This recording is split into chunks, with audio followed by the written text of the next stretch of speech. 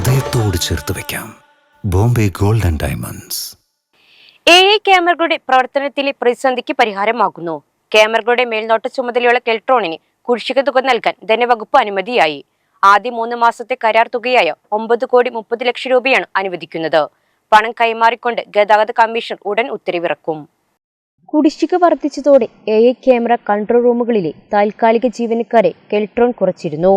പിഴ നോട്ടീസ് അയക്കുന്നതിന് നിയോഗിച്ചിരുന്ന 140 പേരിൽ 50 പേരെയാണ് കഴിഞ്ഞ ആഴ്ച കെൽട്രോൺ പിൻവലിച്ചത്. കുടുംബശ്രീയിൽ നിന്ന് ദിവസവേതനത്തിനാണ് ഇവരെ നിയോഗിച്ചിരുന്നത്. AI ക്യാമറകൾ വഴി പിഴയായി 35 കോടി ഖജനാവിലെത്തിയിരുന്നു. സെപ്റ്റംബർ മുതൽ നവംബർ അവസാനം വരെയുള്ള 120 കോടിയുടെ ചെലൻ കൺട്രോൾ റൂമിൽ സജ്ജമാണ്. എന്നാൽ തപാൽ ചെലവ് മുൻകൂർ അടയ്ക്കണമെന്നതിനാൽ അയച്ചിട്ടില്ല. ക്യാമറകൾ സ്ഥാപിച്ചത് കെൽട്രോൺ ഉപകരാറുകൾ നൽകിയ കമ്പനികളാണ്.